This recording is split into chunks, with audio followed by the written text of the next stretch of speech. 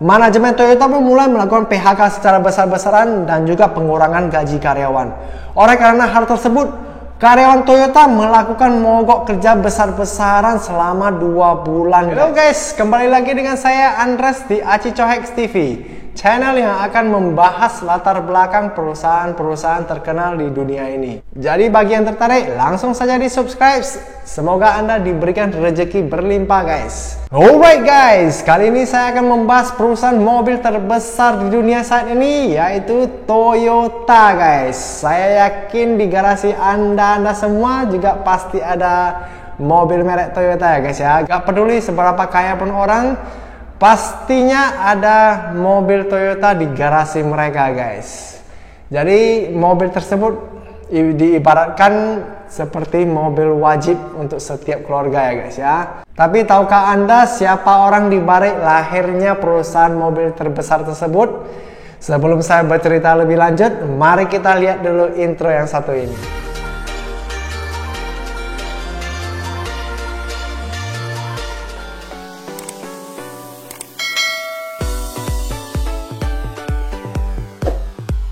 Orang di balik lahirnya perusahaan mobil terbesar di dunia saat ini adalah pria yang bernama Kiichiro Toyoda. Ayahnya bernama Sakichi Toyoda, seorang pencipta alat tenun otomatis yang sangat terkenal di Jepang guys.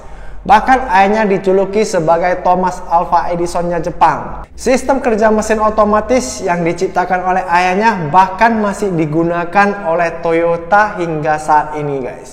Kita balik lagi ke anaknya, yaitu Kiichiro Toyoda. Dia lulus kuliah jurusan teknik mesin di Tokyo Imperial University pada tahun 1920 di usianya yang ke-26.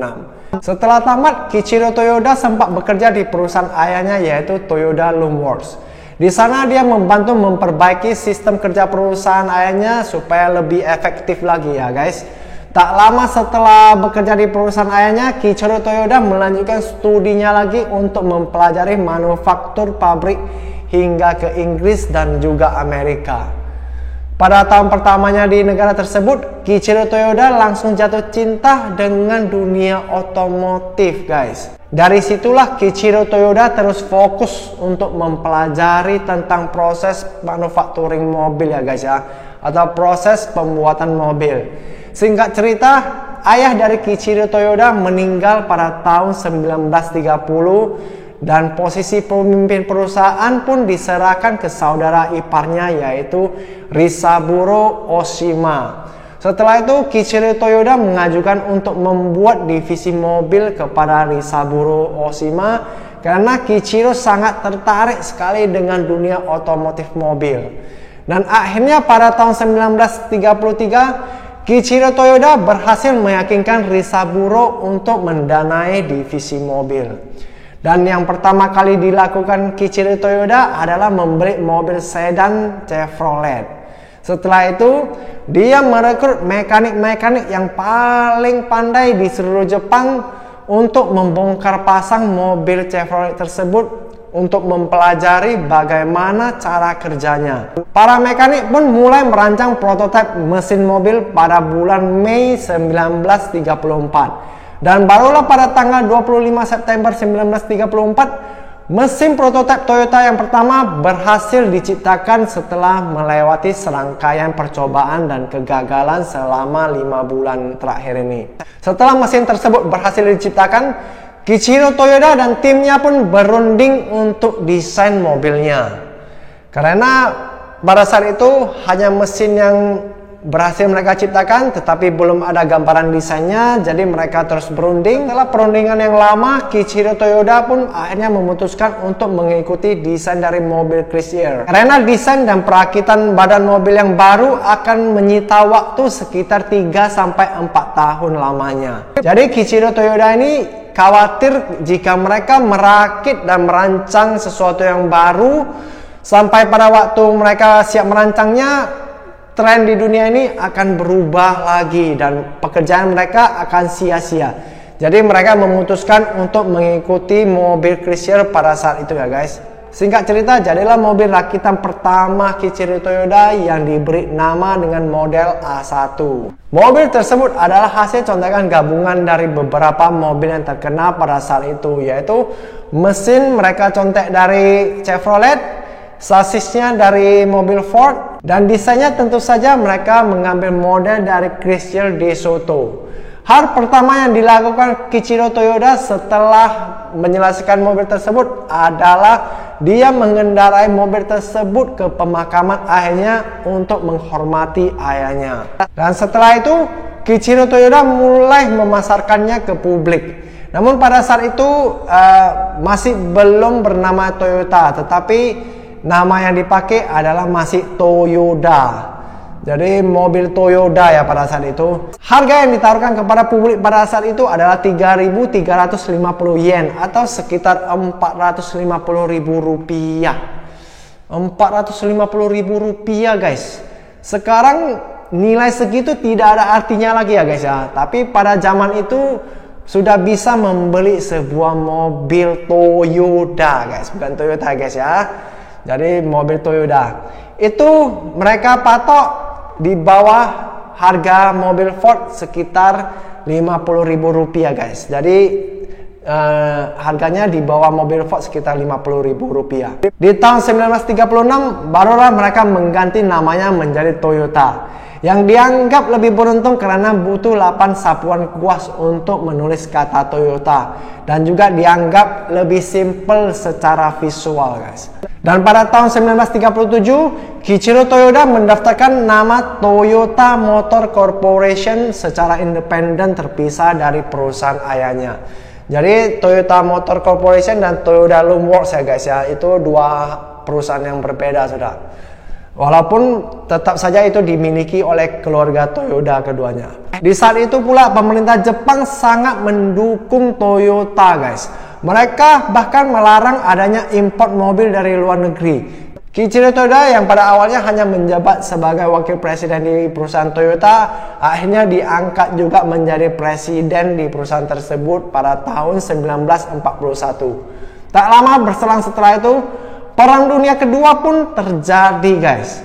Oleh karena itu, di kurun waktu 1939 sampai dengan 1945, Toyota sangat berdedikasi kepada negaranya. Mereka cuman fokus dalam perakitan truk untuk membantu pasukan Jepang dalam keperluan perang. Dan dikarenakan keterbatasan bahan baku pada saat itu, truk pun dibuat sesederhana mungkin. Bahkan pada bagian depan truk hanya dipasangi satu lampu saja guys. Jadi kayak Cyclops guys. Nanti saya taruh gambarnya di sini ya guys ya kalau ada ya guys. Dan di saat itu perusahaan Toyota bahkan telah menjadi target pemboman oleh musuh-musuh Jepang karena mengetahui adanya pabrik untuk keperluan perang di sana guys ya.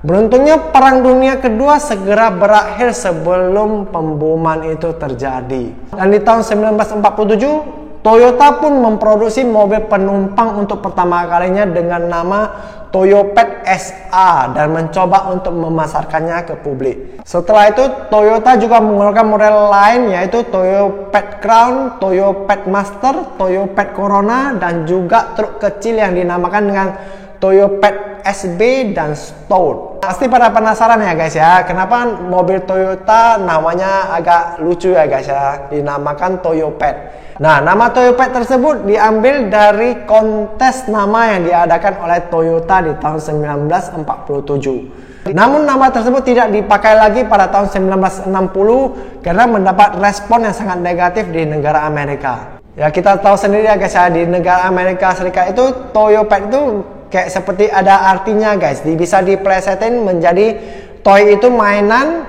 Nah, pet yang di belakang itu piaraan guys. Jadi namanya mainan piaraan guys. Jadi orang yang memiliki mobil tersebut udah pasti diledek habis-habisan guys. Jadi masyarakat Amerika tidak mau membeli mobil Toyota tersebut. Nah, kita balik lagi ke produksi awal Toyota, yaitu Toyopet SA.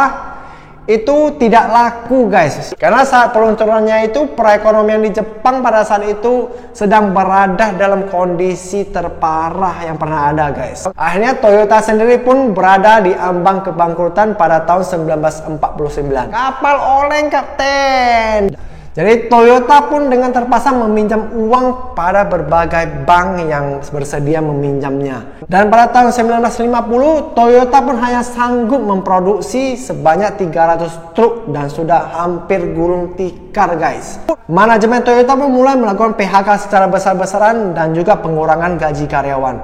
Oleh karena hal tersebut, karyawan Toyota melakukan mogok kerja besar-besaran selama 2 bulan guys. Mogokan tersebut akhirnya diselesaikan juga dengan pembatalan sebagian yang kena PHK dan juga penyesuaian kembali upah kerja karyawan, dan yang terparah adalah pengunduran diri dari Kiichiro Toyoda. Setelah pengunduran diri Kiichiro Toyoda, yang dipercaya untuk mengisi jabatannya tersebut adalah Taijo Ishida yang sebelumnya menjabat sebagai kepala eksekutif di Toyota Automatic Loom Company, yaitu pabrik perusahaan ayahnya ya guys ya. Pada bulan Juni 1950, Toyota berhasil bangkit kembali setelah mendapatkan pesanan 5.000 unit mobil dari Amerika untuk membantu Korea Selatan dalam memerangi Korea Utara. Tak lama setelah itu, kabar duka pun datang dari pihak Toyota guys.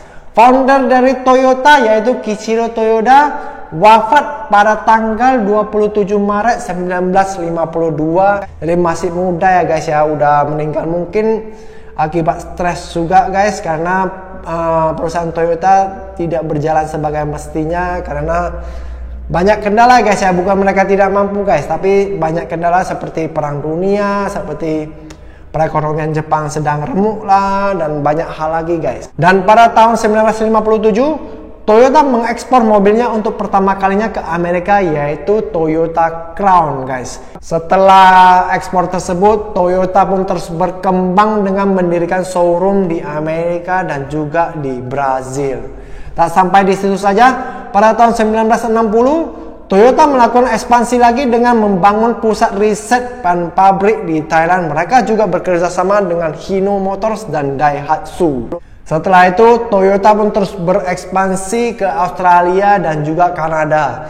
Di tahun 1966, Toyota mengeluarkan model Corolla yang nantinya akan menjadi mobil terlaris di dunia pada tahun 1997 dengan penjualan 35 juta unit per tahunnya guys. Setelah Corolla di tahun 1966, Toyota pun mulai memperkenalkan mobil Camry pada tahun 1980. Kedua mobil tersebut masih ada sampai sekarang ya guys ya. Apalagi Camry itu termasuk jajaran mobil yang boleh dibilang mobil mewah guys. Dan di tahun 1989 Toyota membuat divisi mobil mewahnya yang dinamakan dengan Lexus. Sampai dengan 1990 Toyota sudah memproduksi lebih dari 100 juta unit mobil. Bahkan Toyota pernah masuk di majalah Forbes sebagai perusahaan tersukses di dunia ranking 8 di tahun 2005. Dan menjadi perusahaan mobil dengan penjualan terbesar di dunia pada tahun 2008 bersaing ketat dengan perusahaan VW. Di Januari 2009, cucunya Kiichiro Toyoda yang bernama Akio Toyoda diangkat menjadi presiden perusahaan dan menjabat hingga sampai saat ini guys. Pada November 2015, Toyota mengeluarkan dana yang sangat besar yaitu 15 triliun rupiah untuk fokus di bidang artificial intelligence dan robot. Jadi mereka mengeluarkan dana 15 triliun itu untuk proyek 5 tahun ke depan guys. Mereka akan fokus kepada artificial intelligence dan juga robot-robotan. Dan di tanggal 27 Agustus 2018, Toyota berinvestasi untuk Uber Autonomous Car sebesar 7,5 triliun guys. Jadi Toyota pada saat ini mulai berinvestasi untuk masa depan ya guys ya. Apa itu autonomous car? Yaitu kendaraan tanpa pengemudi guys. Jadi kedepannya nanti kita bakal banyak melihat kendaraan yang bergerak kemana-mana tanpa pengemudi ya guys ya. Jadi di saat ini di luar negeri sudah banyak melakukan proyek-proyek tersebut, sudah mulai melakukan uji coba autonomous car tersebut ya. Kita berharap saja supaya lebih cepat terrealisasi untuk mengurangi kecelakaan lalu lintas. Jadi sampai di sini saja guys cerita saya kali ini. Semoga bisa bermanfaat untuk Anda ya guys. Bagi yang belum subscribe, mohon supportnya untuk subscribe channel ini. Dan jangan lupa juga untuk share ke teman-teman. Semoga Anda diberikan rezeki berlimpah. Sampai berjumpa lagi di video selanjutnya. Bye-bye. Tell me pretty lies, look me in the face. Tell me that you love me, even if it's fake.